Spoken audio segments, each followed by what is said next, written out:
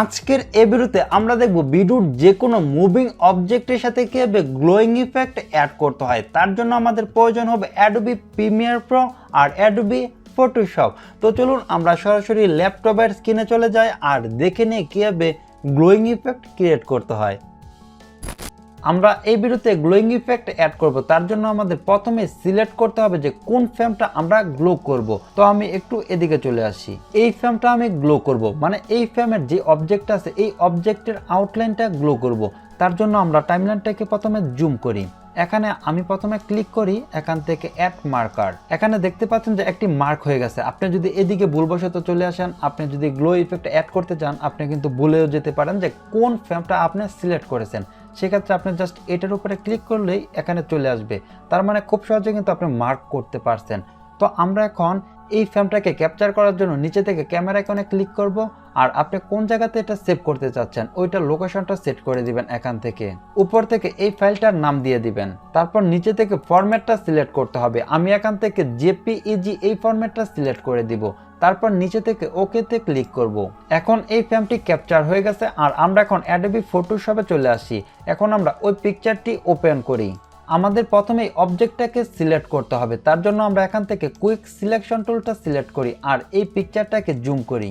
Quick selection tool দিয়ে কিন্তু আপনি খুব সহজেই এই অবজেক্টটাকে সিলেক্ট করতে পারবেন। আর আপনি যদি 2021 সালের অ্যাডোবি ফটোশপটা ব্যবহার করে থাকেন তাহলে উপরে দেখতে পারবেন যে সিলেক্ট সাবজেক্ট, এখানে ক্লিক করলে আপনার সাবজেক্টটি সিলেক্ট হয়ে যাবে।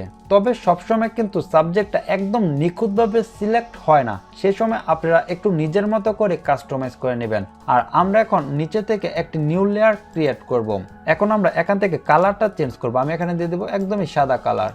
এখন উপর থেকে এডিটে চলে আসি, এখান থেকে স্ট্রোক, এখান থেকে আমি 5 দিয়ে দিব। আর নিচে থেকে আপনারা অবশ্যই আউটসাইডটা সিলেক্ট করে দিবেন, তারপর ওকেতে ক্লিক করবেন। এখন দেখতে পাচ্ছেন যে অবজেক্টের আউটসাইডে স্ট্রোকটা অ্যাড হয়ে গেছে। আমরা আবার নিচে থেকে একটি নিউ লেয়ার ক্রিয়েট করব। আমরা এখান থেকে কালারটা চেঞ্জ করব, আমি একটু ব্লু কালার দিয়ে দেব। আমরা আবার এখানে স্ট্রোকটা অ্যাড করব, সিলেকশনটা ডিসিলেক্ট করব, 2 নাম্বার লেয়ারটা নিচে নিয়ে আসি। আর আমরা এখন এই 2 নাম্বার লেয়ারটাকে গ্লো করব। আমরা এখন ফিল্টারে চলে আসি, এখান থেকে ব্লার, তারপর গাউসিয়ান ব্লার, এখান থেকে 8 পিক্সেল ব্লার করব। এখন মনে হচ্ছে যে এই সাইটে দিয়ে যে গ্লোটা করা হয়েছে এটা কিন্তু অনেক বেশি উঠছে না, সেজন্য আমরা এই লেয়ারটাকে ডুপ্লিকেট করব। এটার উপরে মাউসের রাইট বাটন ক্লিক করব, তারপর এখান থেকে ডুপ্লিকেট লেয়ার। এখন দেখতে পাচ্ছেন যে গ্লোয়িং ইফেক্টটা খুব সুন্দর লাগছে। আমাদের এখন আরেকটা কাজ করতে হবে, উপরের যে লেয়ার 1 আছে এটা সিলেক্ট করব, তারপর আমরা আবার ফিল্টারে চলে আসব, এখান থেকে ব্লার, গাউসিয়ান ব্লার, এখানে যেই 8 আছে এটাকে আমরা 1 করে দিব। তারপর আমরা ওকেতে ক্লিক করব। এখন দেখতে পাচ্ছেন যে আমাদের এই অবজেক্টের সাইডে কিন্তু মানে আউটসাইডটা খুব সুন্দরভাবে গ্লো হয়ে গেছে। আর আমরা এখন এই ব্যাকগ্রাউন্ড লেয়ারটা অফ করে দিব আর এটাকে আমরা পিএনজি ফরম্যাটে সেভ করব। তার জন্য আমরা উপর থেকে ফাইলে চলে আসি, এখান থেকে এক্সপোর্ট, এখান থেকে সেভ ফর ওয়েব, উপর থেকে পিএনজি 24 এটা সিলেক্ট করে দিবেন, তারপর নিচে থেকে সেভে ক্লিক করবেন। এখন লোকেশন আর ফাইলটার নামটা কি দিতে চাচ্ছেন, আমি এখানে দিয়ে দিব 01 গ্লো।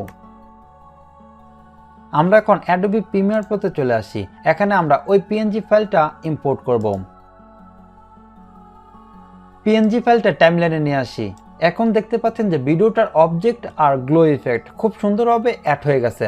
আর আমরা যদি এখান থেকে একটু দূরে চলে আসি, এখন কিন্তু এই অবজেক্টের সাথে গ্লো ইফেক্টের কোনো মিল নেই। তার জন্য আমাদের যে কাজটি করতে হবে, এখান থেকে আমরা এই গ্লো ইফেক্টটাকে কেটে নেই, কাটার পর এই বড় অংশটাকে ডিলিট করে দেই। এখানে দেখতে পাচ্ছেন যে একটা ফ্রেম গ্লো করা আছে।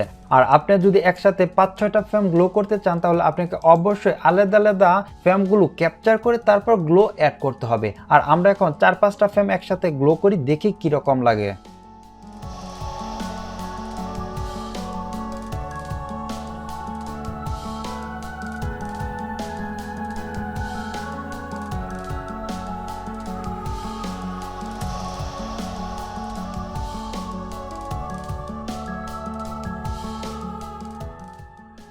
এখন দেখতে পাচ্ছেন যে 5টা ফ্রেমের মধ্যে গ্লো ইফেক্ট অ্যাড করেছি, তবে একসাথে 5টা ফ্রেমের মধ্যে করি নাই, একটা ফ্রেম করে আমরা গ্লো ইফেক্টটা অ্যাড করেছি। আর আমি যদি এখন ভিডিওটাকে প্লে করি, এখন দেখতে পাচ্ছেন যে এটাকে দেখতে কিন্তু সুন্দর লাগছে। আমরা এতক্ষণ তো দেখলাম যে কিভাবে মানুষের আউটলাইনটাকে গ্লো করতে হয়। আপনার যদি মনে হয় যে এই জানালাটাকে গ্লো করবেন, মানে এই জানালাটাতে নিয়ন গ্লো ইফেক্ট অ্যাড করবেন, সেক্ষেত্রে কিভাবে অ্যাড করবেন আমরা এখন এই ফ্রেমটাকে ক্যাপচার করি। ফটোশপে ওই পিকচারটি ওপেন করি, আমরা নিচে থেকে পেন টুলটি সিলেক্ট করি। এখন আমাদের যেই অংশটুকু গ্লো করা প্রয়োজন ওই অংশটুকু সিলেক্ট করতে হবে। ছবিটাকে একটু জুম করি, এই জানালাটাকে সিলেক্ট করি। প্রথমে জানালাটা সিলেক্ট করার পর কিবোর্ড থেকে কন্ট্রোল ইন্টারফেস করব। এখন আমরা এখান থেকে একটি নিউ লেয়ার ক্রিয়েট করি, তারপর এখান থেকে সাদা কালারটা চেঞ্জ করি। আমি এখান থেকে ব্লু কালারটা সিলেক্ট করি, তারপর এখান থেকে এডিট, তারপর স্ট্রোক। এখানে আমি 7 পিক্সেল দিয়ে দিব। তারপর নিচে থেকে সেন্টারটা সিলেক্ট করব, তারপর ওকেতে ক্লিক করব। এখন সেম প্রসেসে জানালাটাকেও গ্লো করব।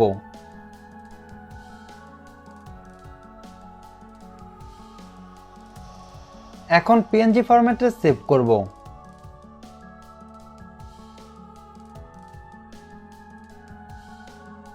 এখন দেখতে পাচ্ছেন যে জানালাটাও গ্লো হয়ে গেছে। ঠিক সেম প্রসেসে আপনারা যে কোনো অবজেক্টেই গ্লো করতে পারবেন। ভিডিওটি ভালো লেগে থাকলে অবশ্যই লাইক করবেন, আর কেমন লেগেছে সেটা কমেন্টস করে জানাবেন। আপনার যে কোনো সমস্যার সমাধান পেতে আমাদের ফেসবুক গ্রুপে জয়েন হতে পারেন। আর আপনি যদি এই চ্যানেলে নতুন হয়ে থাকেন তাহলে অবশ্যই চ্যানেলটি সাবস্ক্রাইব করে পাশে থাকা বেল আইকনটি প্রেস করে দিবেন। তো আজ এ পর্যন্তই, দেখাবো অন্য কোনো ভিডিওতে। আল্লাহ হাফেজ।